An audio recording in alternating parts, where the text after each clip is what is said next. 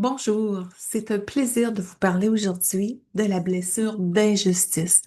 On va voir qu'elle est quand même assez costaude, qu'elle amène beaucoup de rigidité, de fermeture dans les émotions. Alors, on va aller en profondeur pour mieux la comprendre, puis s'en alléger le plus possible. Mais juste avant, je suis Lynn Bolduc. Je suis conférencière formatrice depuis 1995, autant dans les entreprises, surtout d'ailleurs, au sein de congrès, colloques, plusieurs organisations qui touchent autant du personnel en milieu scolaire, juridique, financier, hospitalier. Bref, la vie m'a amené à travailler en francophonie internationale dans l'ensemble des sphères de notre société, pour ainsi dire, avec un volet grand public également. Je suis auteure de 7 livres et j'ai des milliers de conférences de présenter. C'est aucunement ça qui me définit, mais c'est juste un point de repère pour montrer un petit peu là où est-ce que je me suis exprimée dans mon plan professionnel, mais tout ça est né d'un aspect personnel où est-ce que je portais beaucoup de blessures. J'ai eu à me transformer après 2 effondrements. Alors, c'est aucunement un hasard. Si on est venu me chercher aussi souvent dans des médias, télé, radio, magazines, d'ici d'ailleurs, pour pouvoir partager cette résilience et les outils qui amènent à se reconnaître soi-même, puis à se fortifier de l'intérieur dans la pleine reconnaissance de notre lumière. Donc, quand on parle de cette blessure d'injustice, elle va naître généralement entre 4 et 6 ans. On dit généralement parce qu'on peut pas dire c'est un absolu, voici c'est ça, à 3 ans et demi, il se passe rien, c'est pas ça du tout, hein? Parce que on a 5 blessures principales qui ont été identifiées, si on veut. Il peut y avoir beaucoup plus de choses dans les comportements humains, mais quand on regarde les 5 blessures les plus connues, on parle du rejet, de l'abandon, de la trahison, de l'humiliation et l'injustice. Plusieurs vont les retenir avec le mot trahi pour trahison, rejet, abandon, humiliation et injustice. Alors, comme je vous ai dit dans les podcasts précédents, parce que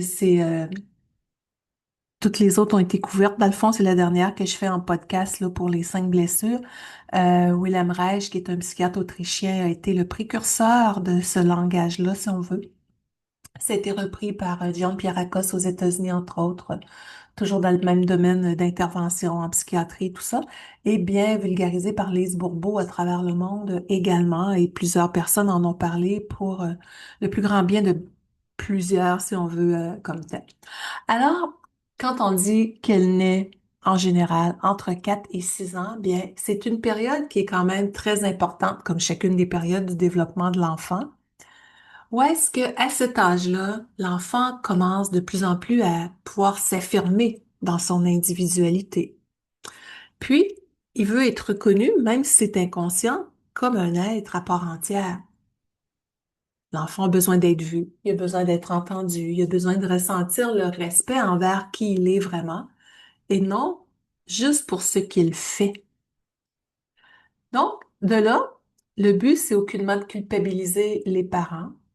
On est parents pour plusieurs qui que l'on soit là parmi les gens que vous m'écoutez probablement. On a fait au mieux, mais on s'entend que c'est pas des ressources qui étaient retransmises de génération en génération, d'être équipés pour l'intelligence émotionnelle et relationnelle, comme on pourrait dire. Donc, dans ce manque de reconnaissance de qui on est, parce qu'on les porte toutes, là, ces blessures-là, à différents degrés pour la majorité d'entre nous, ça fait partie des schémas humains, OK? Mais au fil des prises de conscience, on s'allège et au lieu d'être à 10 sur 10, peut-être dans chacune, comme certaines personnes on aurait pu vivre, bien on s'allège, on a peut-être des fois une petite trace qui serait à 1, 2 sur 10, puis hop, ça nous fait encore un peu de confrontation à l'intérieur des fois, ça nous crée des inconforts. Donc, on n'est aucunement là pour s'étiqueter avec des chiffres, mais pour reconnaître où est-ce que dans notre vie, on peut s'accrocher sur ces programmations-là, sur ces perceptions de vie qui nous ennuient dans notre bien-être et dans nos relations avec les autres. Donc, l'injustice nous a amené beaucoup à se reconnaître par le faire. Si je fais telle chose, on va m'apprécier encore plus. On l'a vu dans le sentiment de rejet aussi. Mais là, ça se précise avec l'évolution en âge, celle-là, encore plus par rapport à l'identification au faire. Autrement dit, à être reconnu pour les actions qu'on pose et non pour notre lumière. Donc, si l'enfant perçoit une figure d'autorité, parce que dans le cas de l'injustice, souvent, ça va être le parent du même sexe qui peut influencer davantage au niveau de cette blessure-là. C'est pas une absolue, mais c'est la tendance qui est remarquée dans les recherches. Donc, si l'enfant perçoit le parent du même sexe, qui est une figure d'autorité, évidemment, comme une personne froide, qui est autoritaire, qui est rigide, qui est très critique, très exigeante, et souvent le parent vient d'un milieu où est-ce que ça pouvait être le cas, bien, intérieurement, c'est quoi qui est ressenti? J'ai pas le droit d'être pleinement moi-même. Il faut que je me moule à ce qu'on me demande comme exigence.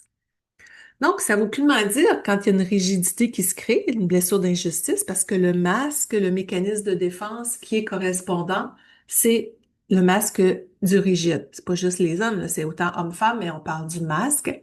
Donc, il y a une fermeture émotionnelle, on va le voir un petit peu plus tard tantôt. Il y a une rigidité et on embarque dans la performance pour être aimé. Alors, ça n'a pas besoin d'être un traumatisme pour que l'injustice s'installe. C'est un ressenti. Le ressenti peut être d'être brimé, de devoir rentrer dans le moule qu'on nous demande et le sentiment que si je veux être aimé, ça passe par la performance. Ça passe par l'obéissance à ce qu'on me demande et mon unicité, elle se met de côté. Alors, on peut se poser la question, demandez-vous par exemple, avez-vous déjà eu ça? Pas pour fouiller dans le passé, tout ça, juste pour mettre en lumière où est-ce que c'est pas l'adulte qu'on est qui interagit des fois, mais le petit garçon ou la petite fille qu'on a été, qui a une partie de soi qui est restée prise dans ces schémas-là. Donc, on peut se demander, est-ce que vous avez déjà eu, quand vous étiez enfant, l'impression de devoir être très sage, très fort pour être aimé, pour pas déranger, pas faire de vagues? Ou encore, est-ce qu'on vous a souvent dit que vous étiez, par exemple, trop sensible? Ou au contraire, il fallait vous endurcir. Un homme, ça pleure pas. Arrête de pleurer, c'est même pour la petite fille. T'es pas un bébé. Donne l'exemple. On met sous le tapis ce qui demande à s'exprimer, à être entendu. Et comme je vous dis, on n'est aucunement là pour culpabiliser les parents, fouiller dans le passé. On est juste là pour regarder les faits, sans émotion. Là, on se met pas de la rigidité pour ça. On regarde ça comme le film de notre vie, pour pas retomber dans l'émotion. Parce que là, on veut l'accueillir, l'émotion, mais aucunement l'amplifier et la revivre encore et encore. On regarde ce qui nous a forgés. Avez-vous l'impression qu'on vous voyait davantage pour vos résultats que pour votre personnalité? Vous arriviez avec votre bulletin scolaire, 98%, t'aurais pu te forcer. T'étais proche du 100%. Donc, c'est autant de petites choses, des fois, qu'il fallait être dans c'est pas encore assez. Qu'est-ce que je peux donner encore de plus pour qu'on me reconnaisse? Donc, souvenez-vous peut-être d'un moment, peut-être qu'il n'y en a pas, mais c'est fort possible qu'il y en a, où vous vous êtes dit, c'est donc pas juste. Il y en avait de l'injustice. L'injustice. Alors, on a besoin de se revalider intérieurement, soi-même. Et là, vous pouvez juste vous imaginer, si vous êtes à la maison tranquille, c'est plus facile de fermer les yeux. Si vous êtes au volant de votre voiture en m'écoutant, bien là, on prend une autre dynamique. Mais faites juste vous poser intérieurement, puis imaginez cet enfant que vous avez été. Et vous pouvez lui dire dans votre cœur, tu as le droit d'être toi. T'as rien à prouver. Et peut-être même, vous le répétez quelquefois, t'as le droit d'être toi. T'as rien à prouver, mon petit cœur d'amour. Ça peut sembler simple, mais ça vient remettre beaucoup d'amour, de paix sur quelque chose de très profond. C'est un peu comme si on devient notre propre parent. On peut pas changer le passé, mais dans l'ici maintenant, on peut réharmoniser cette partie de soi pour plus de paix, de sérénité.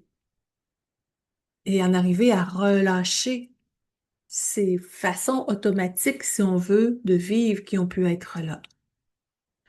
Vous pouvez juste peut-être aussi penser, je sais pas moi, une situation où vous auriez tendance à vous contrôler. Vous êtes dur avec vous, comme si c'est jamais assez. Imaginez-vous que vous vous pratiquez à relâcher cette dureté-là. Peut-être pas à 100% du premier coup, on s'entend. Mais ne serait-ce que 5, 10, 15, 20%. On met des chiffres juste pour en mettre là. Ou est-ce que vous avez un ton un peu plus doux envers vous-même? Vous vous autorisez à lâcher du lest, comme on dit. Avoir un soupir conscient aussi qui vient aider à calmer le système nerveux, même un soupir sonore. Ah, ouais, lâcher. Pour faire en sorte que la rigidité qui devient même au niveau du corps physique soit moins présente, moins de rigidité émotionnelle, moins de rigidité mentale en s'en demandant encore et encore, pour que ça se transforme pas à pas dans cette nouvelle prise de conscience. Qu'est-ce que vous en pensez? Hmm? Donc, on veut plus de souplesse et l'amour de soi, ça se vit dans ce nouvel accueil-là aussi. Donc, l'enfant, avec la blessure d'injustice, comme dans l'ensemble des blessures, il met en place des choses pour survivre émotionnellement. C'est l'histoire du monde. Le petit enfant, il sera pas là à se dire consciemment, bon, ben, je vais me créer un mécanisme de défense. Non, il s'adapte. Puis, l'enfant réalise que pour être accepté, il faut qu'il soit quasiment irréprochable, parfait. Il se met la barre haute, comme on pourrait dire. Puis le petit enfant comprend que s'il ose montrer ses émotions, sa sensibilité, il pourrait être mal perçu. On ne sera pas capable de le recevoir si on veut dans ça, parce que c'est un peu comme s'il réalise que son ou ses parents comprennent pas ce monde-là, là. Alors, qu'est-ce qu'il fait pour compenser, pour pas perdre l'amour des parents? Il se montre fort. Mais progressivement, il se passe quoi? C'est là que ça crée de la rigidité. Ça crée un masque. Et un masque, c'est quoi? C'est un mécanisme de défense, d'adaptation pour pas perdre l'appui des parents, par exemple, parce qu'on en a absolument besoin. Donc, on s'ajuste, mais au détriment de soi. C'est pour ça que rendu adulte, on n'a plus à être injuste envers soi-même. On reprend le volant de notre vie avec amour, douceur, bienveillance. Mais ce masque du rigide-là, des fois, ça donne un sentiment d'élégance. Et je vais m'expliquer.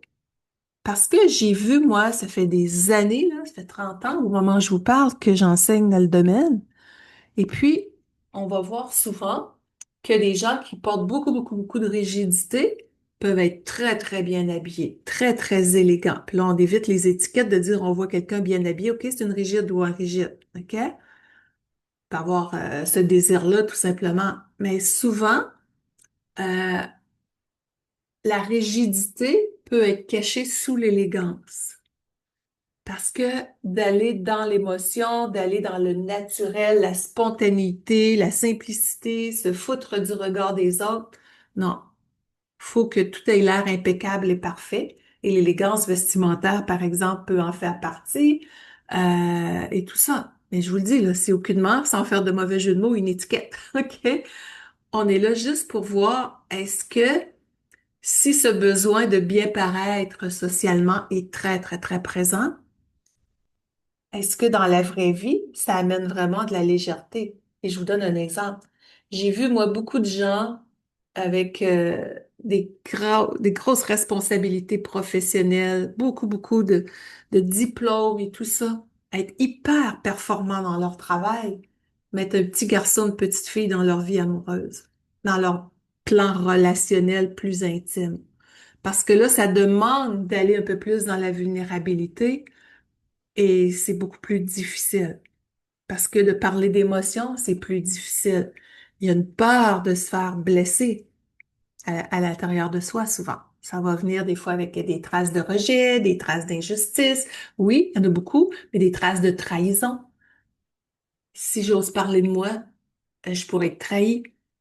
Ça serait pas juste si je me faisais faire mal encore.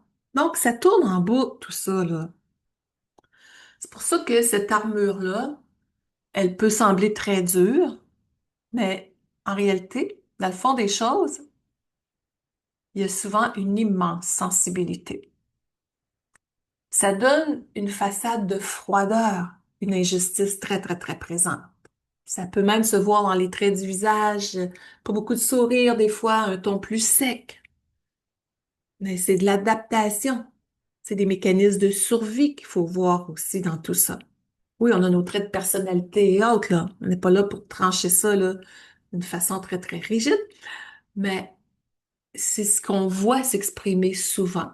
Puis je vous partage ça juste pour pouvoir faire des liens, pour mieux comprendre des fois des gens autour de soi qui peuvent être très touchés par ça si vous, ça vous touche moins.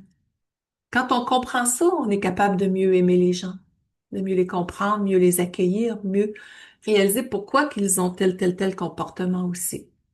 Ça veut pas dire qu'on endosse puis qu'on va rester avec des personnalités toxiques, là. On n'est pas dans l'utopie. Mais on a une dimension beaucoup plus large de cette compréhension-là. Ce qui fait qu'une personne très rigide peut avoir de la difficulté à laisser aller son cœur d'enfant, à s'amuser, mais elle peut le faire peut-être en public, dans un spectacle, tout ça, où est-ce que c'est plus diffus, mais dans un circuit plus fermé, des fois, c'est comme c'est une piste de danse. Tout le monde peut s'amuser, tout ça, et elle peut avoir plus de misère à aller de l'avant là-dedans. Comme elle pourrait être très rigide, puis être capable de bien danser, puis de s'amuser, mais pas parler d'émotions, puis de accuser les autres qui sont dans leurs émotions de sensiblerie. Ça prend différents axes. Mais si elle a de la difficulté avec la joie de vivre, le plaisir, c'est comme si elle s'autorisait pas à être avec cette dimension de légèreté. Puis elle a peur de se sentir rejetée si elle se laisse aller aussi des fois. Non, je serai pas dans la perfection. Je serai plus dans, je reste dans le cadre. Alors, c'est tout ça qui est lourd en dedans. Ce qui fait que la personne va se couper de son ressenti souvent pour ne plus souffrir. Et de là, j'ai même vu que dans les discussions, dans les recherches aussi, mais j'ai animé beaucoup de séminaires, de conférences sur ces sujets-là, et on en entend des partages, puis je fais passer des petits exercices que les gens peuvent déterminer quelle blessure les touche le plus, puis c'est très, très, très révélateur. Et puis, j'ai vu souvent des gens très touchés par l'injustice, que ça pouvait toucher l'anorgasmie chez la femme, éjaculation précoce ou impuissance chez l'homme, tellement que c'est coupé du ressenti. Et il y a tellement de pression de perfection, tellement de rigidité dans l'ensemble de l'être que ça rend ces éléments d'expression de soi moins fluides souvent. Alors, c'est pour ça, quand on est coupé du ressenti pour pas souffrir, bien, on développe des forces malgré tout là-dedans et qui peuvent jouer contre soi. Un grand sentiment de la justice socialement, une droiture très importante, un grand besoin de cohérence. Un perfectionnisme tellement élevé, mais c'est quoi que ça cache, le perfectionnisme? Des peurs, souvent. Si j'ai besoin d'être parfait ou parfaite, souvent c'est parce que j'ai peur du jugement, entre autres. Et ça développe une exigence très, très grande envers soi-même aussi. Alors, oui, on veut être juste, on veut être correct, on veut être impeccable, mais pas à notre détriment. Trop, c'est trop, comme on dirait. Parce que qu'est-ce qui se crée comme mécanique intérieurement?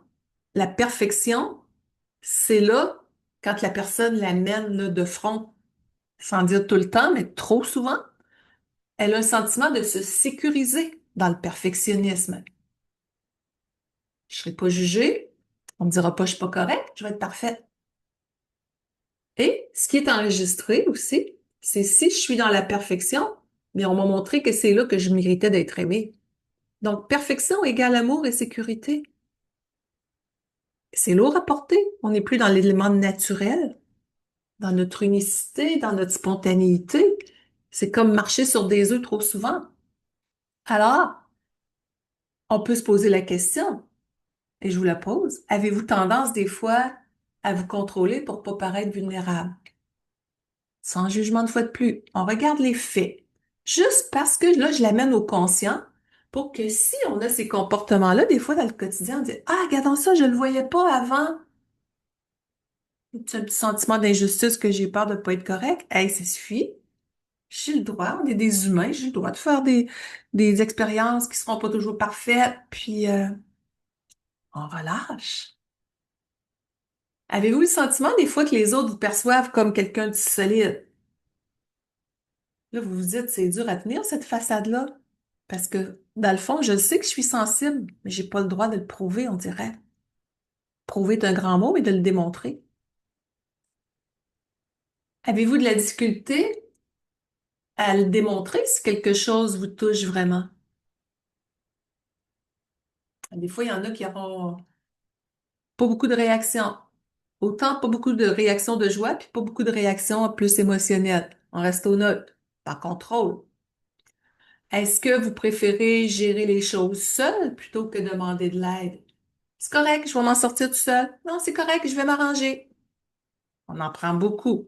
On voit ça souvent chez des aînés de famille, des gens qui sont devenus adultes trop vite. Le sentiment d'injustice, entre autres. On peut avoir eu des très bons parents, mais ça peut être quand même très, très fort. Parce qu'ils étaient très occupés par le travail, ils avaient vécu eux-mêmes leurs propres blessures. Bon, c'est tout ça. Faut voir ce que nos parents nous ont donné de bon aussi. Parce que si on se coupe du, du parent, par exemple, on se coupe du bon aussi. Donc, ça veut pas dire que des fois, dans des cas, faut pas être à distance, on comprend. Mais qu'est-ce qu'il y avait de bon dans notre éducation? C'est important de le voir aussi. Alors, le sentiment d'injustice amène vraiment une pression intérieure récurrente. C'est invisible, c'est subtil, mais ça s'exprime comment? Ça peut être sentir coupable de se reposer. Je devrais être en train de produire. Non, j'ai pas le droit d'être fatigué. Envoie, go, go, go, j'en ai besoin, mais je continue. C'est pour ça qu'on dit que les gens très touchés par le sentiment d'injustice, c'est un peu comme les premiers candidats au burn-out. Les signaux sont réfutés, puis on continue quand même. Donc, il y a ce sentiment de culpabilité quand il y a un ralentissement qui se fait volontairement pour penser à soi. Donc, c'est un petit signal d'amour de soi hein, quand ça se produit, ça. Et c'est des gens qui vont s'en demander souvent beaucoup, beaucoup, encore. Ou j'en donne encore plus. Puis c'est des gens, vous pouvez entendre dans leur langage, ah non, il y en a pas de problème, tout va bien. Même quand ça va pas. Rire pour ne pas pleurer. On a déjà entendu ça, hein? Ou avoir un rire nerveux. Ça peut même amener à avoir une expression verbale contrôlée aussi. Donc, tu sais, quelqu'un peut être touché par l'injustice sans voir l'ensemble des caractéristiques que je mentionne. Je donne des points de repère sur qu'est-ce qu'on peut voir chez quelqu'un qui serait très, très, très touché. Mais des fois, c'est plus quelque chose, vous entendez à la volée comme ça, puis c'est, ah, ouais, ça me fait du sens. C'est vrai que c'est un peu comme ça chez nous. Hey, je vais pouvoir en prendre conscience puis me libérer de ça. Alors, c'est pour ça que remarquez aussi votre posture. C'est bien d'avoir une bonne posture. Ça nous garde bien enracinés, bien droit, à la verticale dans tous les sens, là, connectés là, dans nos idées, dans notre intuition, dans notre corps. On a besoin d'être en contact avec notre matière. Mais trop tendu, c'est pas mieux. Trop structuré et tout ça, c'est pas mieux. Alors, demandez-vous, est-ce que c'est facile pour vous de dire, OK, pendant un certain temps, je fais rien? Ou c'est difficile? C'est de la pratique, mais je me souviens d'un homme d'affaires qui m'avait dit un jour une phrase que j'ai toujours retenue. Il dit, c'est important de se garder. Là, il me parlait dans un contexte professionnel, là, parce que je suis à mon compte et tout ça, mais ça vaut pour tout le monde. C'est important de se garder du temps pour penser. Penser à notre vie, faire le vide mental. Tu sais, il y a bien des gens qui vont aller jouer au golf.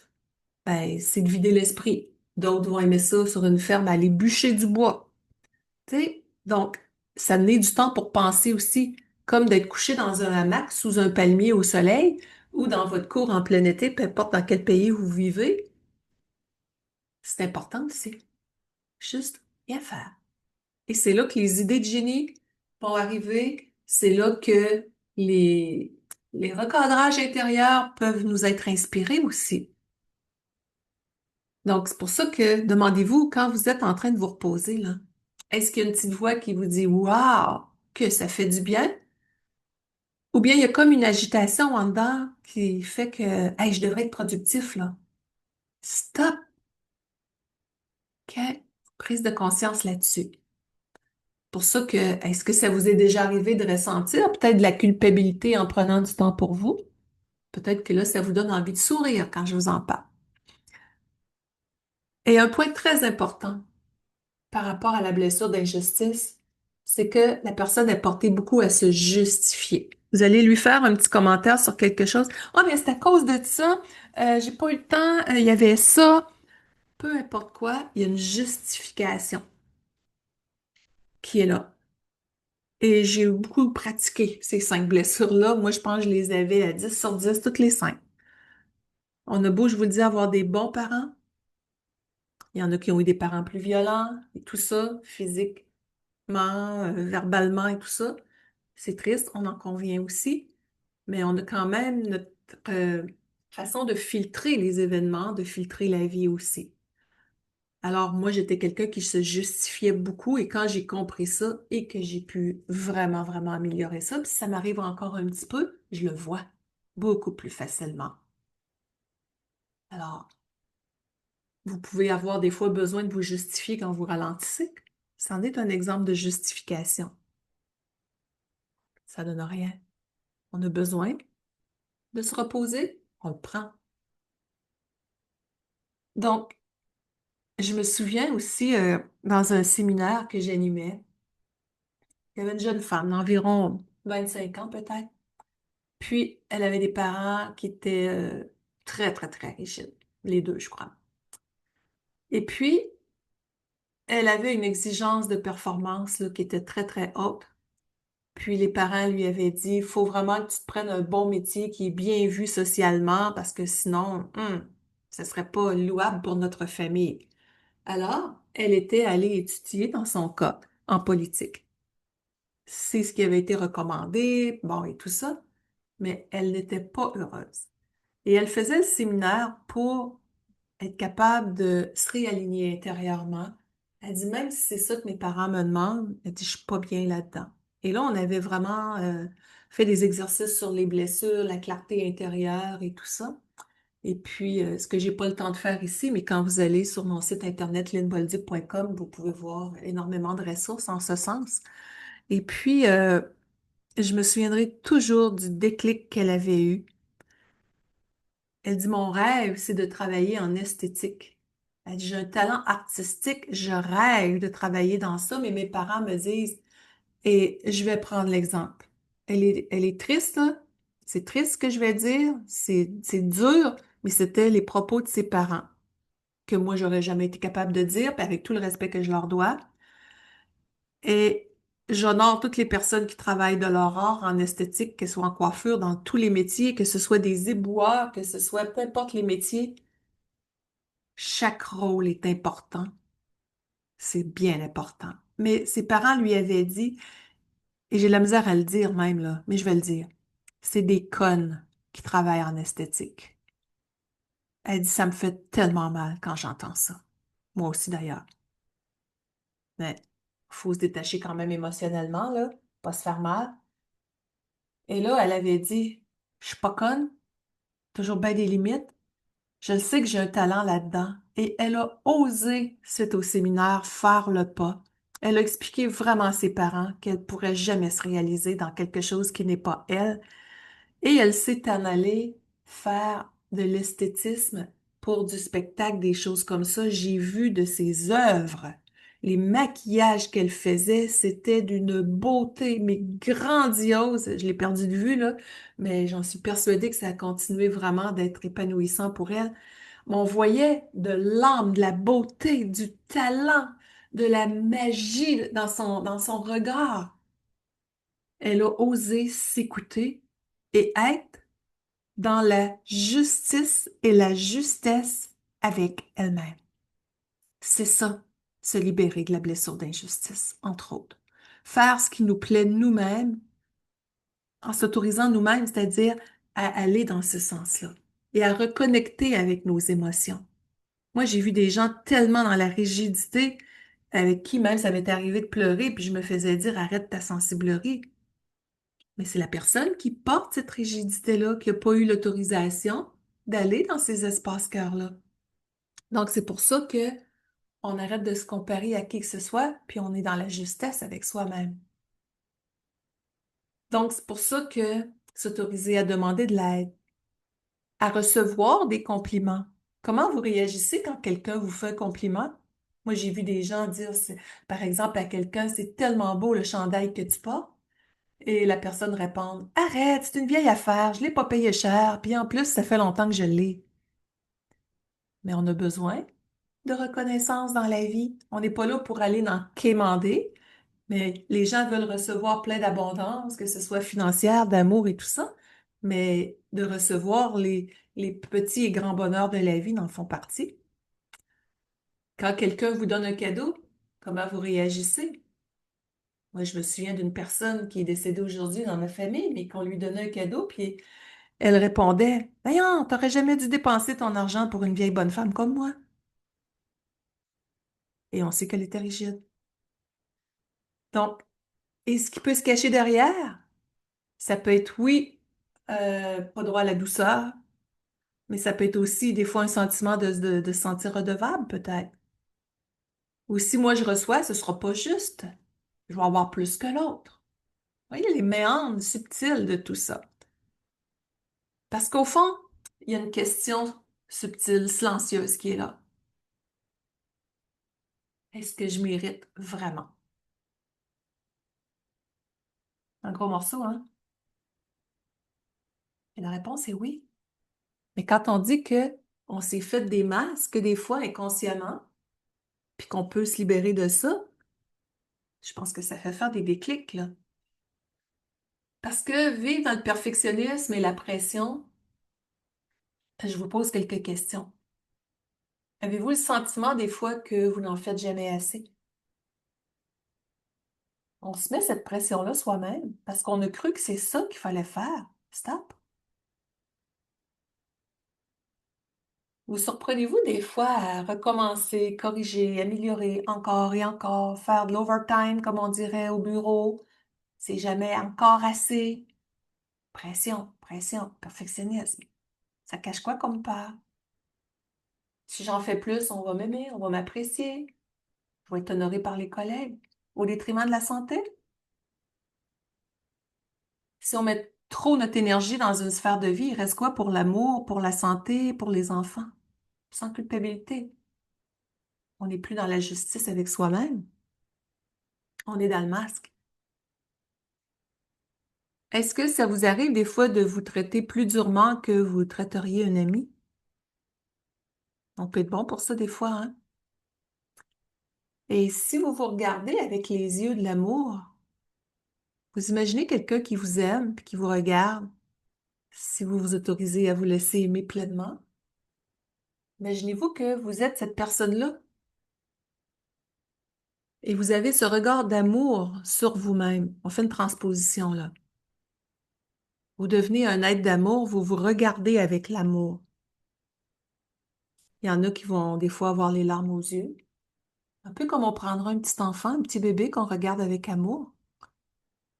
Ça peut être une façon de faire l'exercice aussi. Vous vous imaginez petit enfant, que ce soit naissant ou à 3, 4, 5, 6 ans. Regardez ce petit garçon, cette petite fille. Qu'est-ce que ce petit enfant-là a à vous dire?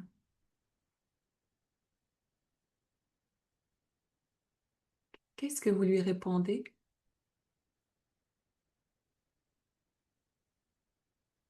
Faites juste le coller sur votre cœur, le rassurer, le regarder avec amour, tendresse. Et qu'est-ce que vous voulez pour ce petit enfant-là? Vous voulez le voir grandir avec la légèreté, de la douceur, de l'amour, de l'épanouissement, de la spontanéité. Et parce que ce petit enfant-là est dans vos bras, il ressent cette autorisation-là, cette permission-là, cet amour-là. Alors imaginez que ce petit enfant devient une belle bulle de lumière. Vous la prenez, vous la rentrez dans votre cœur. Ressentez ce que ça fait de reconnecter avec cette partie de vous. Libre, joyeuse, sensible. Sensible, c'est pas une faiblesse, c'est la connexion à à nos émotions, à notre être profond. On a besoin d'être là. Et cette lumière s'en va partout à l'intérieur de vous. Vous vous sentez bien ancré, les deux pieds bien appuyés sur la surface où vous êtes. À moins que vous écoutiez ma voix en étant allongé, sentez à ce moment-là toute la présence de votre corps sur la surface. Vous sentez cette lumière-là partout en vous, autour de vous. Vous vous autorisez à ce que ce soit doux, paisible, plein d'amour.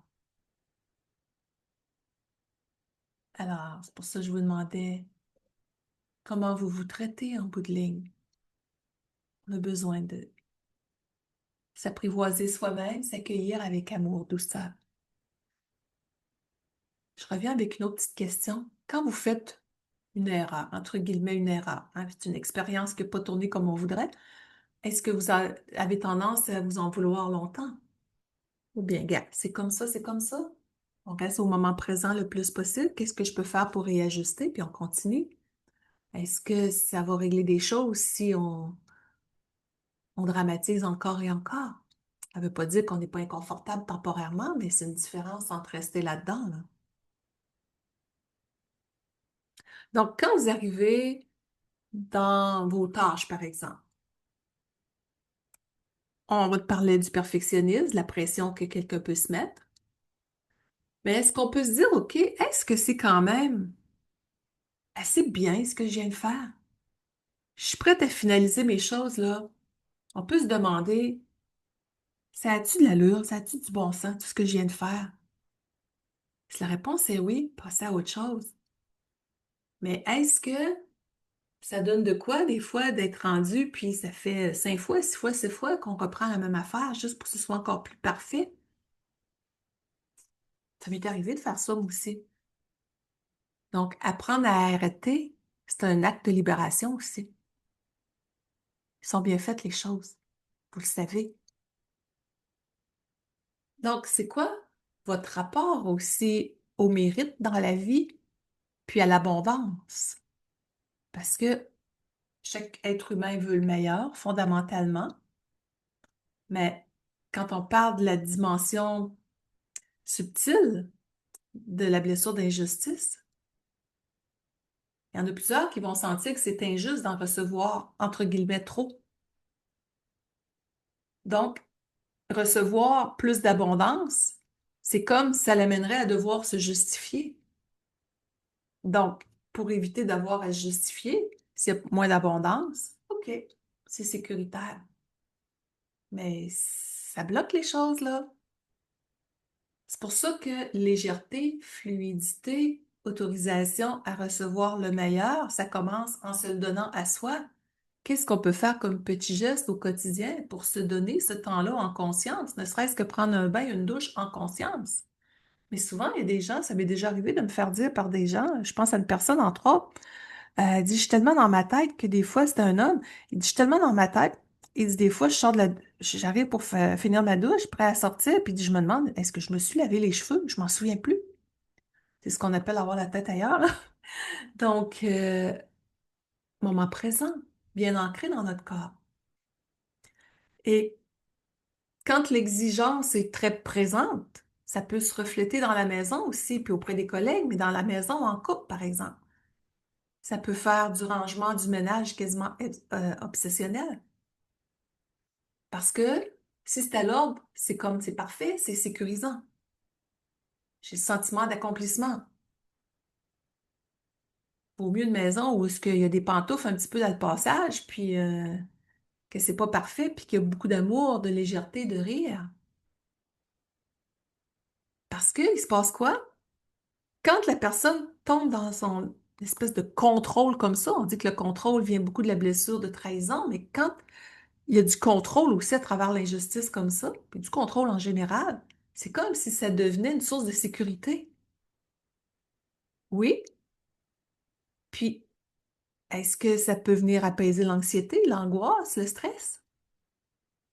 On dit que des fois, si on est stressé, il y a de l'anxiété, oui, on passe ça par le corps, on bouge, c'est positif. Mais si c'est pour camoufler quelque chose qui demande à être entendu, ça prend peut-être de l'aide parce que ça ajoute de la lourdeur. Et qu'est-ce qui se passe? C'est que plus qu'il y a du contrôle, il se passe quoi sur la joie de vivre puis le plaisir de vivre? C'est contraignant. Ça brise la spontanéité. On reste pris dans le temps, on reste pris dans ce schéma-là aussi. Quand je dis on reste pris dans le temps, c'est dans ce qui a été enregistré comme devoir être une façon de fonctionner. Puis ça fait quoi? Bien, c'est plus difficile de se laisser aller, c'est plus difficile de ressentir ce qui se passe à l'intérieur de soi, les émotions, les sensations et tout ça. Donc, on a une belle invitation ici. Lâcher le contrôle. Tu sais, on va entendre souvent l'expression lâcher prise. Lâcher prise, c'est se donner le droit d'avoir été comme ça, d'avoir vécu ces réactions-là. Maintenant, je veux quoi? Mais il se passe quoi souvent dans l'inconscient? C'est si je lâche le contrôle, je vais être en danger. Ça risque de pas être juste. Ça risque de pas être parfait. Et ça tourne en boucle. Donc, ça fait quoi? C'est comme si un rapport au mérite qui est discordant. Il faut toujours est un grand mot, que je performe, que je démontre, que je contrôle, que j'écrase même dans la rigidité. Écraser les autres, autrement dit, c'est montrer que, regarde, c'est moi qui mène, là. C'est pas intéressant, ça. OK? Ça fait quoi sur l'entourage aussi? Donc, d'avoir l'humilité de dire, hey, j'ai tellement de prendre conscience de quelque chose, il faut que je t'en parle. Je m'excuse pour tous ces moments-là où est-ce que je comprenais pas, puis j'ai peut-être été dure avec toi, puis j'étais dure avec moi, puis je ne le voyais pas. Oh là là, que c'est des fardeaux qui viennent de débarquer sur les épaules, là, comme on dirait.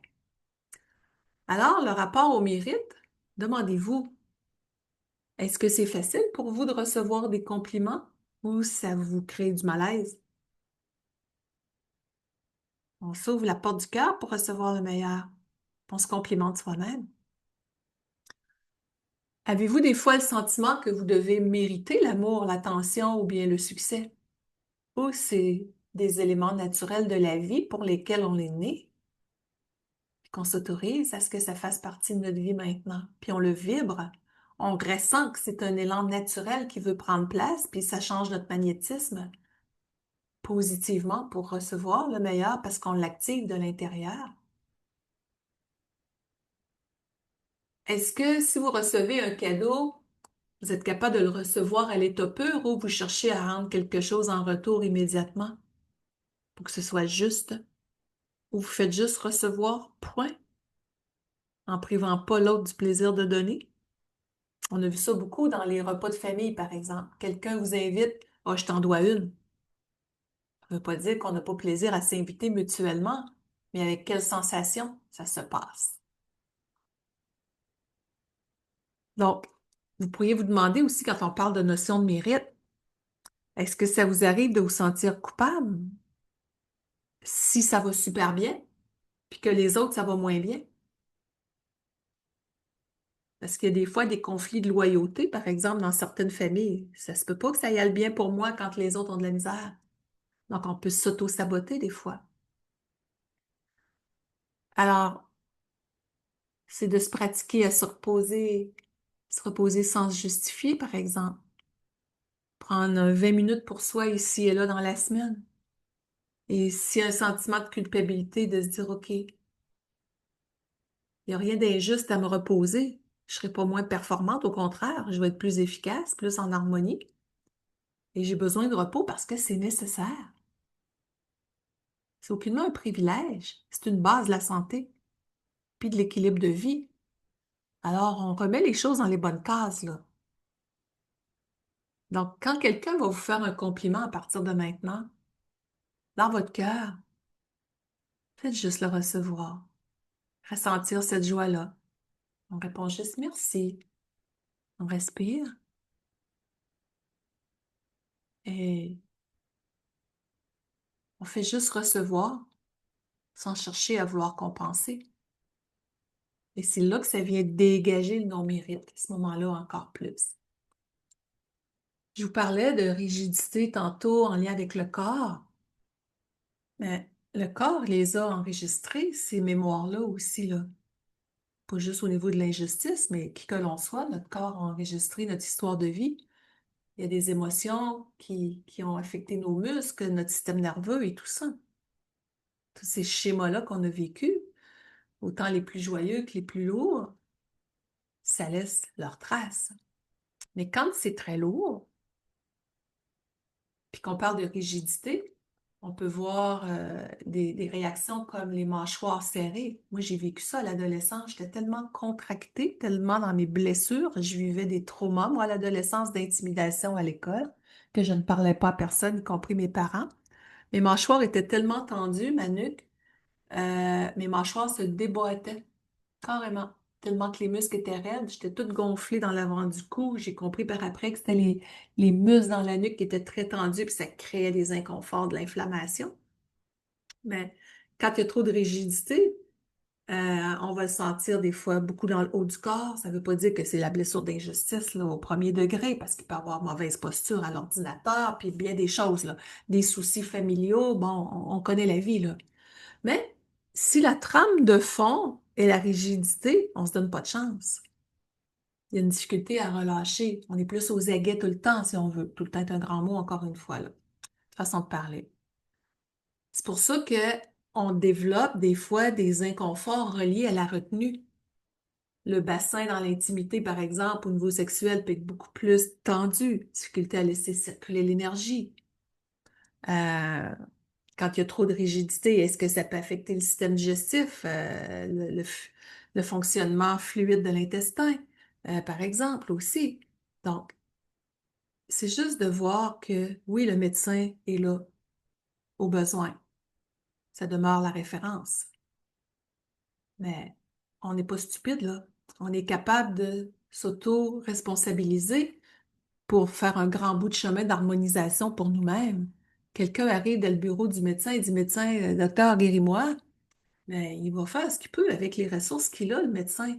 Mais il est là pour supporter le temps que des fois on va faire l'autre bout de chemin. Mais à la base, si, tu sais, c'est pas un hasard si j'ai écrit un livre qui s'appelle Le mieux-être par le rire, réveiller votre médecin intérieur, puis j'en ai un autre qui s'appelle Émotion, joie de vivre et auto-guérison, la conscience au-delà des mots, parmi l'ensemble de mes livres. Pour moi, c'est vraiment l'autoresponsabilisation libératrice qu'on a besoin d'activer comme tel. Donc, c'est un peu le sens de mon message ici. Parce que quand on retient les émotions, le corps retient aussi. C'est imbriqué tout ça.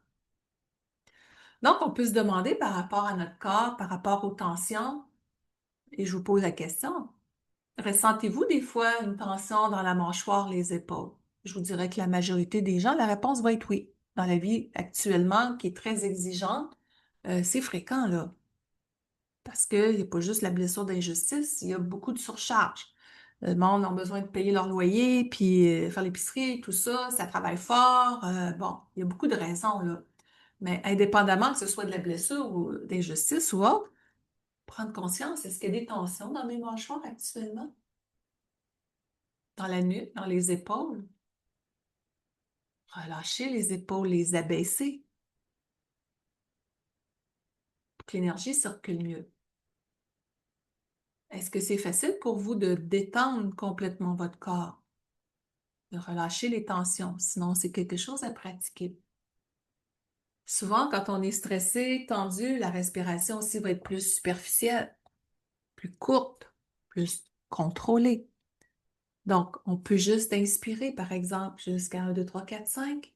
On fait une petite pause et vous relâchez, soit par le nez ou la bouche, en expirant le plus longtemps possible. Et plus qu'on expire longtemps, plus qu'on détend le diaphragme aussi, plus que ça l'aide à calmer le système nerveux. envoyer un signal de sécurité intérieure au système nerveux. Et on a besoin de détendre nos muscles aussi, tout notre corps, notre mental. La respiration, on le sait, ça en fait partie, et la conscience du corps aussi, de ce qui se passe en soi. Calmer le mental, faire le vide, ralentir le flot des pensées, nous amène dans des voies de garage, comme on pourrait dire, des cul-de-sac. Donc, observez. Est-ce qu'il y a de la souplesse dans le corps, de la légèreté, du rire? Donc, juste pour revenir à la mâchoire, juste prendre conscience des fois dans votre journée, juste ouvrir la bouche un petit peu, détendre la langue, relâcher les épaules, oui. Juste cette conscience-là. Qu'est-ce qui se passe en dedans de moi en ce moment? Bouger au moins toutes les heures, 5 minutes. Mais cette rigidité-là, souvent, c'est au niveau de la mâchoire qu'on va la ressentir. Et moi, pour avoir vécu ça là, pendant des années, cette mâchoire-là tendue, quand j'ai compris ça, bien, l'enseignement qui venait avec ça, c'est que si je relâche la mâchoire, j'envoie un signal à l'ensemble du corps de se relâcher et d'être en sécurité. C'est précieux, là. Et dans le scénario de la blessure d'injustice, il y a souvent une notion de bien, mal, correct, pas correct.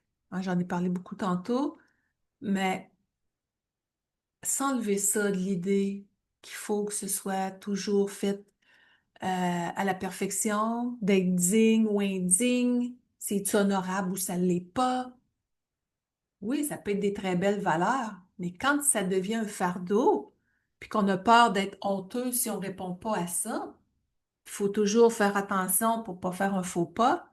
On est dans une prison intérieure, dans le fond.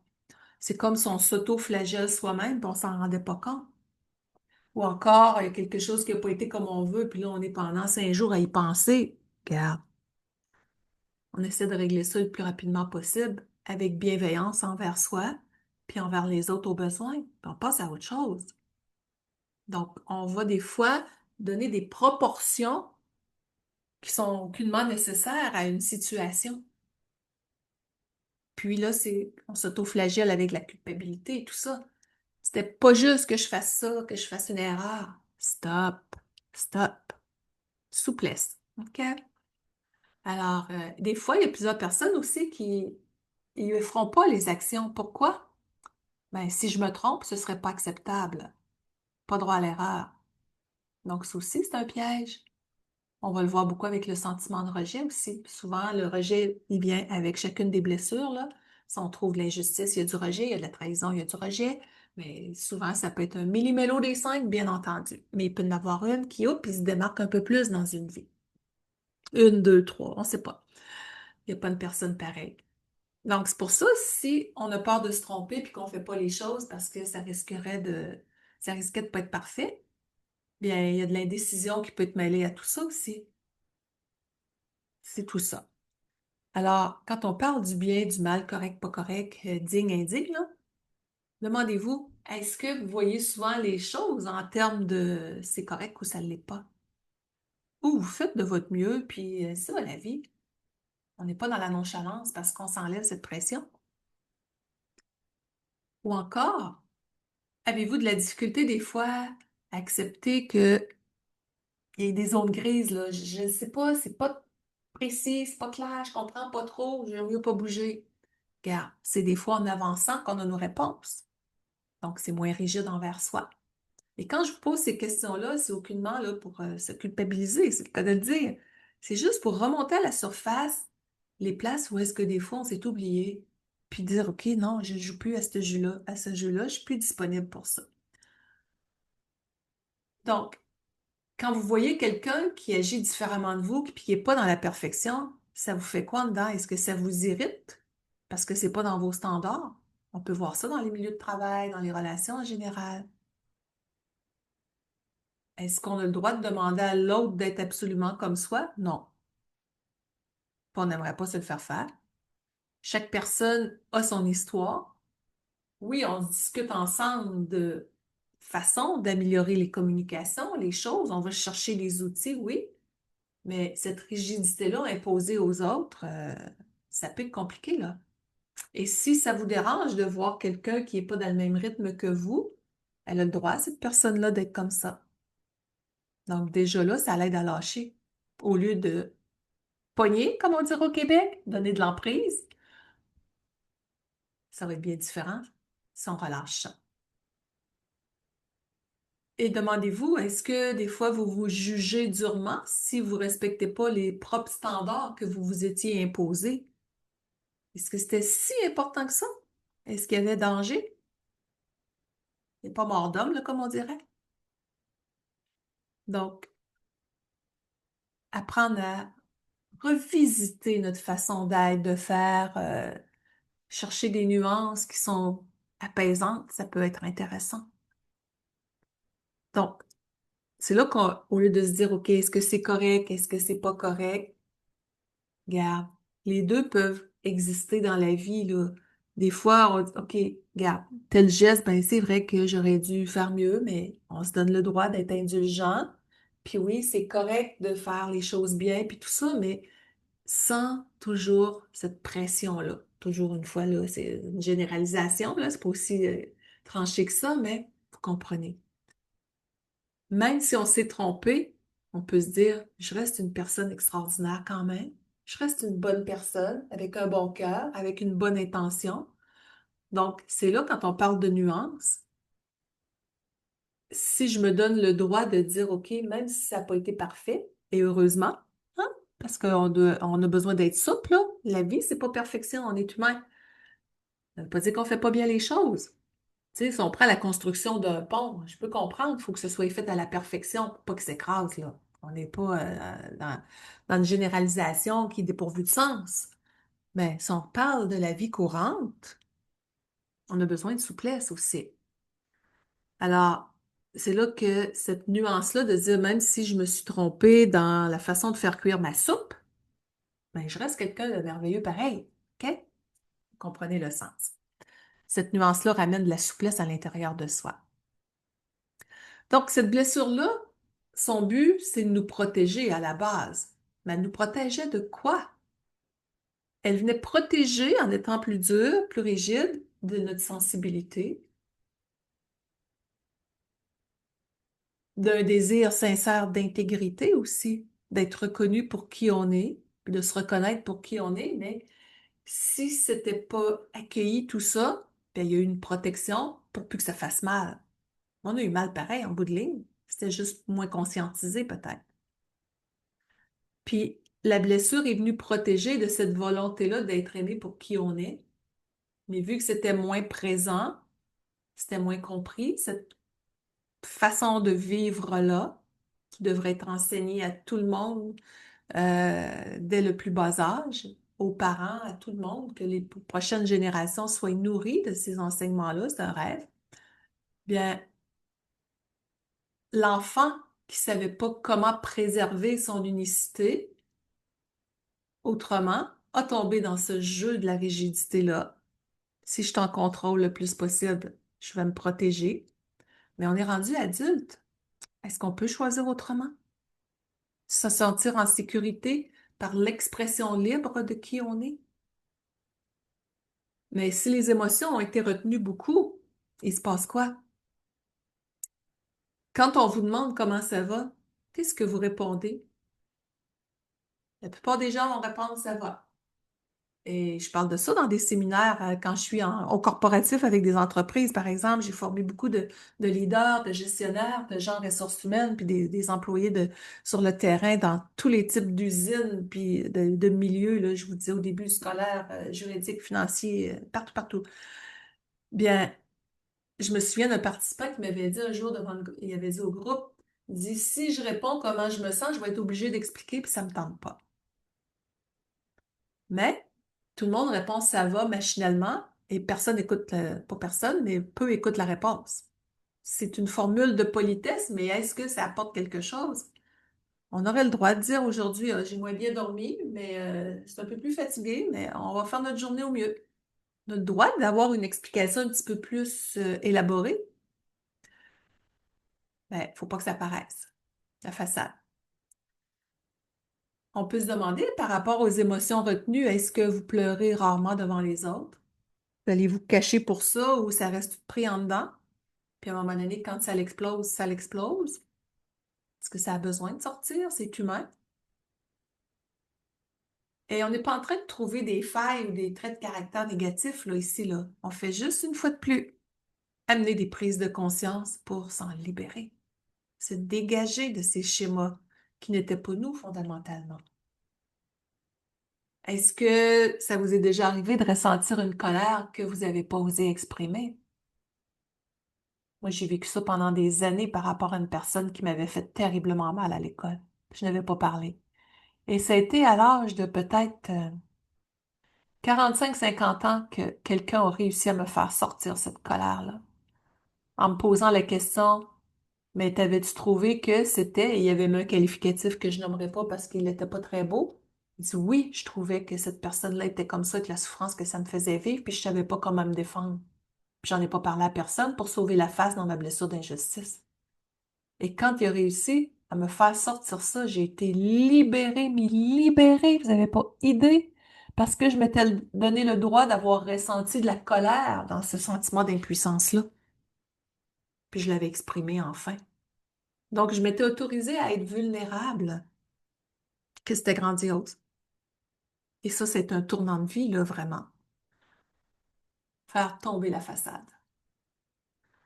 Donc, on rentre à ce moment-là dans une vérité très douce envers soi-même. C'est pour ça que je vous invite à pratiquer peut-être. La prochaine fois que quelqu'un va vous demander comment ça va, bien, je me sens bien ce matin, c'est plaisant, il fait un beau soleil. Au lieu de dire ça va, ok? Ou encore, je suis un petit peu fatiguée aujourd'hui, mais c'est correct, il y a des journées comme ça. Ou encore, hey, je me sens un petit peu plus sensible ce matin. Il y a quelque chose qui me travaille, là. Je suis pas là pour en parler nécessairement, mais c'est comme ça que je me sens aujourd'hui. Donc déjà là, on cherche pas à camoufler. L'autre personne a le signal de comment on se sent. J'ai vu une entreprise un jour que le directeur, il faisait quoi avec ses 15 employés? Chaque matin, les 5 premières minutes que tout le monde se retrouvait ensemble, ils parlaient comment ils avaient vécu leur début de journée. Ah, mon petit était malade aujourd'hui. Ah, c'était difficile, blablabla. Un autre, son auto avait brisé, puis il est arrivé des anecdotes avec ça. Ou encore, tout allait bien pour tout le monde le matin. Mais s'il y avait eu quelque chose de plus difficile, c'était nommé. Tout le monde savait pourquoi que l'autre pouvait se sentir de telle façon. C'était beaucoup plus fluide. La synergie d'équipe était extraordinaire. Alors, on n'a pas à tout raconter. On est juste dans une vérité humaine. Ça change vraiment tout. Donc, quand on revient au plan relationnel, demandez-vous, est-ce que c'est facile de vous laisser aimer pleinement ou c'est comme, si je m'ouvre trop, je pourrais me faire briser, je pourrais me faire mal? Mais dans cette fermeture-là, ça fait peut-être mal à la personne à côté parce qu'elle n'est pas capable de vous atteindre dans vos émotions aussi. Donc, ça tourne en boucle, là, sans culpabilité. On regarde les faits. Des fois, on peut même s'auto-saboter quand ça va trop bien. Hey, c'est pas normal, ça aille bien de même. Ça aurait bien qu'il arrive quelque chose, hein. C'est pas juste d'aller trop bien. Peut-être vous dire, ça n'a pas de bon sens. En effet, ça nous fait sourire, mais on le fait, ça, des fois, inconsciemment. Est-ce que ça vous arrive des fois de peut-être éloigner quelqu'un qui a l'air vraiment dans plein d'amour, plein de joie? Parce que ça se peut quasiment pas, là. Je mérite pas ça. Est-ce que ça vous est arrivé des fois de donner beaucoup puis de recevoir peu? Ça aussi, ça peut en faire partie. Parce que si la porte du recevoir est fermée ou pas assez ouverte, on n'est pas en équilibre. On donne, on donne, on donne, mais on a besoin, nous autres aussi, de recevoir le meilleur de la vie. Alors, c'est pour ça que quand les choses vont bien, wow, j'en veux encore de ça. C'est merveilleux. Au lieu des fois de chercher la faille puis de se dire, OK, on entendait des fois, il y a une expression qui avait roulé beaucoup, là, on l'entend moins, mais c'était il fait tellement beau aujourd'hui, il va sûrement pleuver demain, ou encore on a tellement beau aujourd'hui, on va sûrement pleurer demain, là, quelque chose comme ça. On avait un peu les deux. Stop! C'est possible que ça aille bien sur l'ensemble des sphères de la vie. Oui, il arrive des imprévus, on a des défis, mais est-ce que, en général, ça peut aller bien au lieu de s'attendre à du limitatif, si on veut? Donc, s'ouvrir au meilleur, c'est rien d'injuste là-dedans, là. Et ça nous invite à quoi? Ben, c'est-tu possible que la vie soit simple? Et ça crée une nouvelle sécurité basée sur la simplicité, l'amour, la bienveillance, l'ouverture, plutôt que le perfectionnisme. Donc, on veut en arriver à mettre en place ce chemin de liberté intérieure. Et pour y arriver, eh bien, c'est d'observer quand est-ce qu'on peut se mettre trop de pression,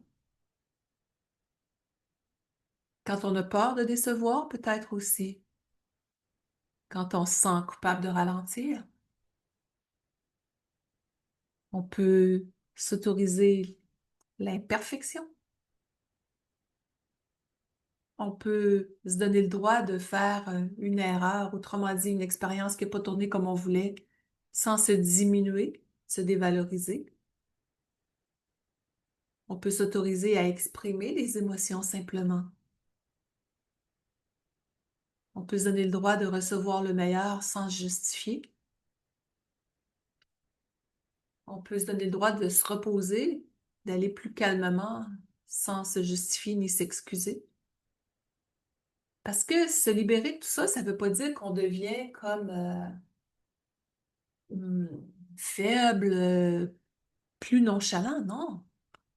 C'est qu'on abandonne les anciennes façons de faire qui sont plus évolutives aujourd'hui pour notre plus grand mieux-être. On redonne de la souplesse, de la légèreté, du rire, de la joie à notre corps, à notre existence, à notre intérieur. On le rayonne. Donc,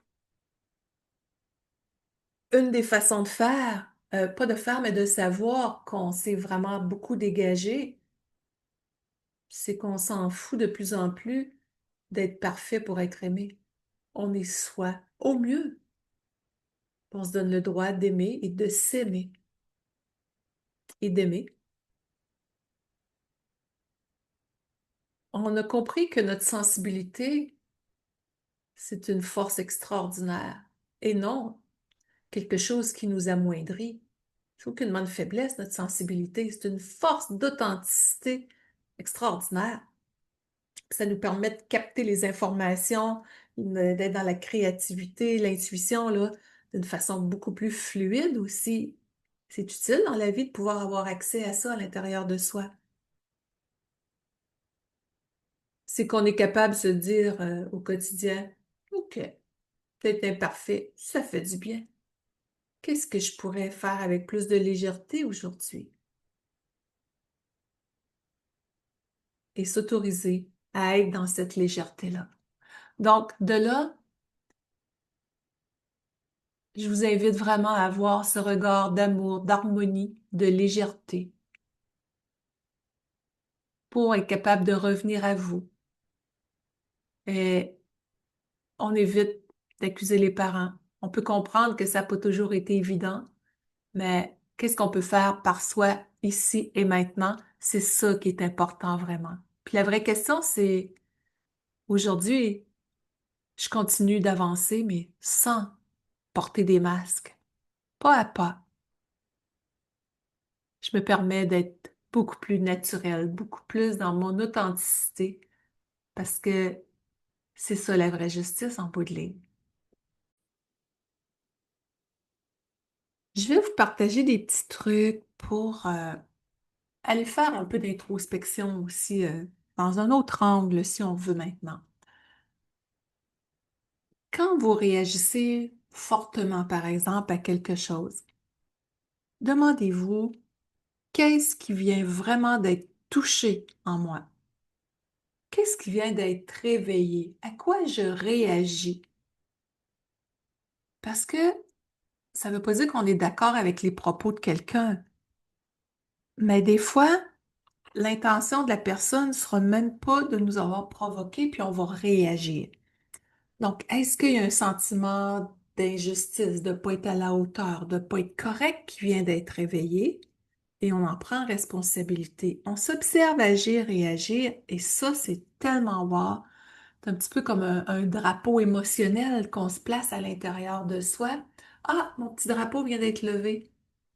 Qu'est-ce qui est touché en dedans de moi? Donc, vous vous apercevez dans votre quotidien. Euh, L'exemple qui me vient, c'est banal, mais vous coupez vos carottes, puis je pense pas qu'on coupe nos carottes au millimètre près, personne, là, mais on va prendre un exemple qui fait sourire. Vous coupez vos carottes, puis ils sont pas parfaites. OK? Ah, c'est donc bien plaisant. Ben, je m'autorise à ce que mes carottes soient pas parfaites. Prendre quelque chose aussi banal que ça, puis on respire dans l'imperfection joyeuse. Alors, on se repositionne dans une imperfection libératrice. Et si on est capable de le faire dans des petites choses, bien, on va être capable de le faire dans des choses, par exemple au bureau. S'il y en a, si les piles de papier sont pas classées au millimètre près, c'est pas parfait. Je peux comprendre qu'on aime ça avoir de l'ordre puis tout ça, mais à quel besoin ça répond? OK? Des fois, on s'est convaincu que c'était comme ça qu'il fallait faire. Selon qui? Par rapport à quoi? OK? Alors, de là, si on résume aussi le fameux comment ça va, on essaie de répondre quelque chose de plus authentique. C'est pas une obligation, c'est des idées. Le droit au repos, on se prend du temps pour soi sans justifier, sans productivité. Et le but, c'est de se reconnaître dans ces prises de conscience-là, de faire des prises de conscience, de se reconnaître dans ses propos, euh, et de réaliser qu'on n'est pas dans une faiblesse parce que ça nous touche. On a juste développé des façons de faire pour survivre émotionnellement. C'est tout. Mais aujourd'hui, on n'a plus besoin de survivre. On veut vivre vraiment. Donc, c'est pour ça qu'on dit la libération de la blessure d'injustice, c'est redevenir capable de ressentir, de ralentir, de s'autoriser à recevoir. Je le répète, d'être imparfait, de s'aimer sans jugement, à l'état pur, tel que l'on est. Ça ne vaut aucunement dire qu'on ne chemine pas pour s'améliorer. Mais se donner le droit d'être qui on est maintenant, avec notre histoire. Et qu'est-ce que je veux maintenant? C'est de réaliser de quelle façon on se traite soi-même. Et est-ce qu'on transpose cette exigence-là sur les autres ou pas? On se réajuste. Alors, c'est pour ça qu'on a besoin d'apaiser la rigidité, relâcher la pression, reconnecter à soi avec douceur, se donner le droit de mériter, j'aime pas le mot mérite parce qu'il n'y a pas de mérite dans la vie. On est des êtres de la vie, puis on est fait pour être dans, dans l'autorisation meilleure. Mais se réhabiliter avec le mérite, on va prendre l'expression. Et s'ouvrir à nos émotions. C'est super important. Donc, je vous invite à vous installer, pardon, confortablement. Peut-être pas l'idéal si vous êtes au volant de faire cette petite méditation-là, mais soyez prudent si vous êtes au volant. Et si vous êtes à la maison, je vous invite à fermer vos yeux. Et si vous êtes assis, vous ressentez le contact de vos pieds bien ancrés au sol. Votre dos le plus souple possible, détendu, soutenu. Faut relâcher les épaules. Si vous êtes allongé, c'est la même chose. Vous prenez contact de votre corps avec la surface où vous êtes. Prenez le temps d'inspirer doucement. On retient un petit peu, on relâche. Vous expirez profondément en expirant le plus longtemps possible. pour détendre les muscles, détendre le diaphragme, envoyer un sentiment de sécurité à votre système nerveux. On inspire lentement. 1, 2, 3, 4, 5, par exemple. Petite pause.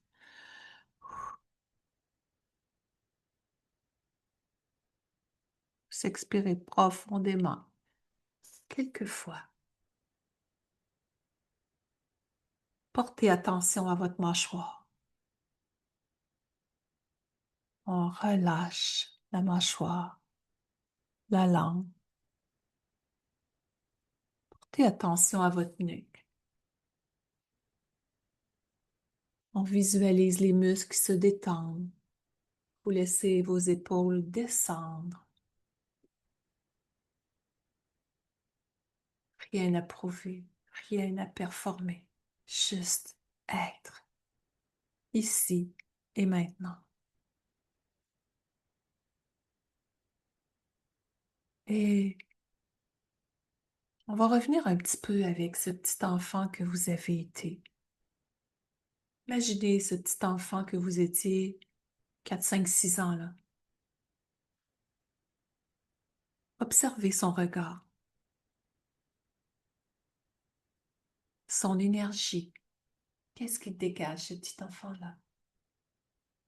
Sa sensibilité.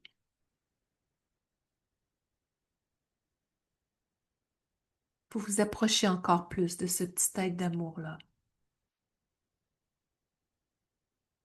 Et faites juste lui dire, peut-être en le prenant dans vos bras, tu n'as rien fait de mal. Tu étais vraiment correct. Et tu l'es encore. Tu avais le droit d'être toi.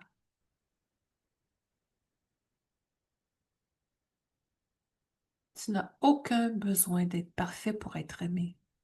Rien de ça. Tu peux être naturel, spontané, rayonnant.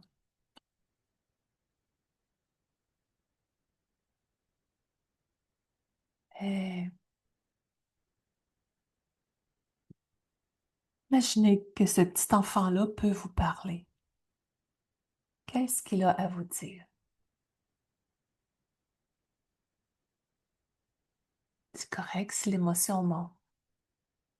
C'est possible. Laissez ces mots se déposer dans votre cœur.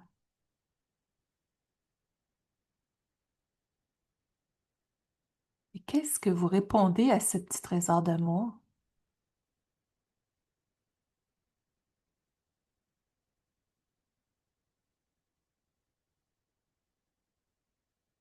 Peut-être que vous lui donnez le droit maintenant de pouvoir vivre toute son unicité, sa joie, ses émotions, sa spontanéité.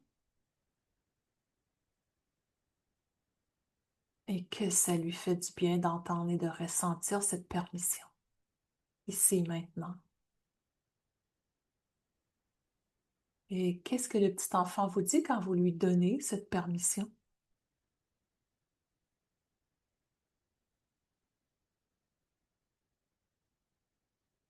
Et vous vous sentez comment quand vous donnez cette permission-là à ce petit enfant?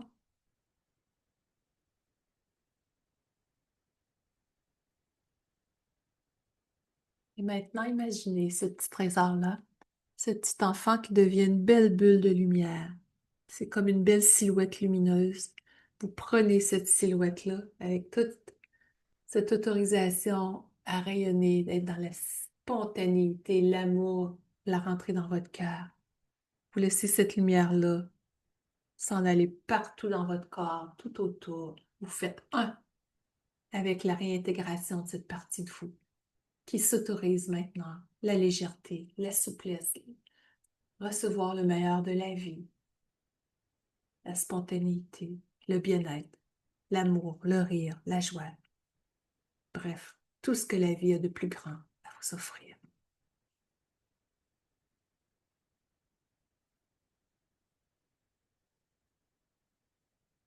Et observez comment vous vous sentez dans votre corps, dans vos émotions maintenant. Hmm. Fait du bien? On va faire un autre petit exercice tout en gardant vos yeux fermés, si c'est correct pour vous. Imaginez que vous avez comme une armure autour de vous. Elle a l'air solide, mais elle ne l'est pas. OK? Elle est mince, elle est même facile là, à être malléable, là. OK? Mais cette armure-là, ce qui la maintenait, on pourrait l'appeler contrôle, perfection, exigence. Elle s'était donné un rôle, cette armure-là. Puis elle pensait bien faire. Elle pensait vous protéger. Donc, elle a servi un bon moment. On va la remercier, hein. Elle avait un rôle qui était celui qu'on vient de nommer. Mais maintenant, vous l'avez réintégré, toute cette puissance-là, dans les exercices qu'on fait. Et elle va continuer d'être en processus de se manifester positivement dans votre vie. Donc, l'armure, c'est sécuritaire maintenant de l'enlever doucement. Vous pouvez soit l'enlever d'un coup en étirant les bras, pouf, elle se casse comme une coquille d'œuf, ou imaginez que vous enlevez un morceau à la fois. J'enlève le morceau au-dessus de la tête, le morceau au-dessus des épaules, j'enlève les morceaux autour des bras. Vous pouvez jouer avec ça. Comme un enfant à la joie, je défais l'armure. Et vous la voyez, soit que elle s'effrite au sol, elle disparaît comme un nuage tellement que c'était une armure d'énergie. Et c'est tout votre rayonnement qui part de votre cœur maintenant, qui s'en va des mètres autour de vous, au-dessus de vous, en dessous, partout. C'est votre cœur qui rayonne, chaleureux, vivant. Vous respirez dans cette sensation de liberté, de joie, de souplesse. Hmm. Observez comment c'est différent d'être habité par la sécurité à partir de votre lumière maintenant. Wow. Et maintenant, je vous invite, vous pouvez peut-être placer une main sur votre cœur, les deux mains, comme vous le sentirez, juste pour aller reconnecter à cette permission de recevoir le meilleur. Et juste en dedans ressentir que vous vous autorisez le repos, vous vous autorisez l'amour, vous vous autorisez la douceur, la bienveillance, la sérénité. Vous vous autorisez à être naturel, spontané et parfait. Faites juste sentir ce que ça fait dans votre corps. Si des fois il y avait une petite résistance qui montait, donnez-lui le droit d'être là. C'est juste une impression, une perception. Vous la laissez passer. Rien à prouver pour rayonner qui vous êtes vraiment. Rien à faire pour se comparer, pour reconnaître notre valeur. Non, tout est déjà là. Comme un diamant que vous recommencez à polir de plus en plus. Parce que votre but, c'est de ressentir que vous êtes dans la justesse envers vous-même. Donc, imaginez-vous, on s'amuse, une balance devant vous, avec les deux plateaux là. OK? Dans un plateau, il y a plein d'exigences. Peut-être que vous vous êtes mis, puis dans l'autre plateau, c'est toute l'énergie de votre cœur, votre sensibilité, le trésor précieux que vous êtes en dedans. Tout votre désir de bien-être, d'amour, de bonté, tout ça, c'est grandiose. Là, vous regardez la balance. Et puis, est-ce que il y a un côté qui pèse plus que l'autre? S'il y a trop d'exigences, puis que la balance descend trop de ce côté-là, Imaginez que vous prenez des exigences. On n'a pas à les nommer, là, votre inconscient le sait. Vous en sortez. Vous enlevez de la balance. Oui, la vie, on en a des exigences, là, c'est certain, là. On a besoin de s'occuper d'aller chercher nos revenus, de prendre soin de notre santé. C'est normal. Mais c'est possible que des exigences se fassent quand même en harmonie. Donc, enlevez le trop jusqu'à temps que la balance revienne en équilibre, par exemple. Et c'est là qu'on voit que la vraie justice envers soi, c'est pas la rigidité, c'est l'équilibre entre être structuré dans nos exigences et la douceur et le bien-être. Et quand les deux sont là, on se sent nourri, on se sent se réaliser sans de surplus de pression. Observez ce que ça fait de vous donner le droit d'être dans cette harmonie, cet équilibre.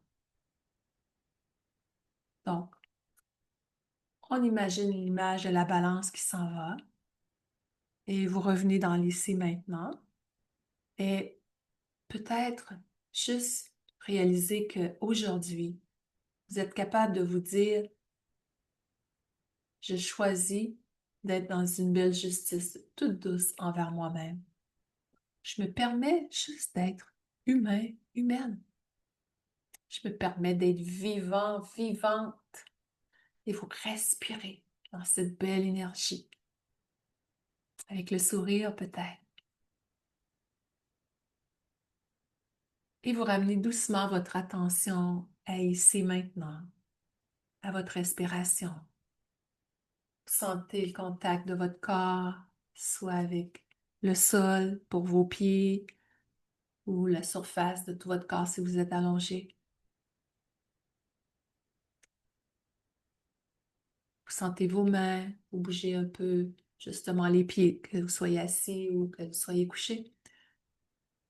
Bougez les pieds, les mains, ressentez la présence de votre corps. Et dans quelques instants, sachant que toutes les parties de vous s'alignent pour poursuivre ce processus d'harmonie, de joie, de légèreté, de souplesse, d'une façon si naturelle que le soleil se lève le matin, quand vous serez prêt, vous pouvez ouvrir vos yeux. Donc, en terminant, la plus grande justice que vous puissiez instaurer dans votre vie,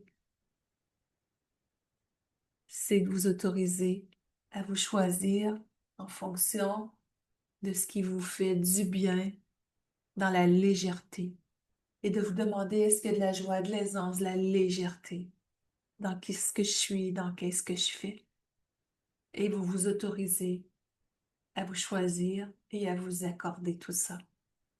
Donc, je pense que c'est un contenu à réécouter quelquefois, à partager.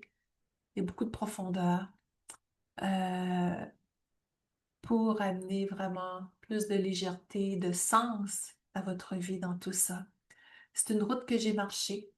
Il n'y a rien de ce que je partage, autant sur mon site Internet, ma chaîne YouTube, ce portail ici, là, Facebook ou autre, que c'est pas quelque chose que j'ai vécu.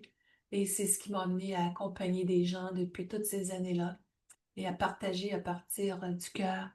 Et je pense que tout le monde ensemble, quand on fait ces transformations-là intérieures, c'est comme si on se tenait tout le monde relié par le cœur ou par la main autour du monde pour faire une différence aussi dans notre société.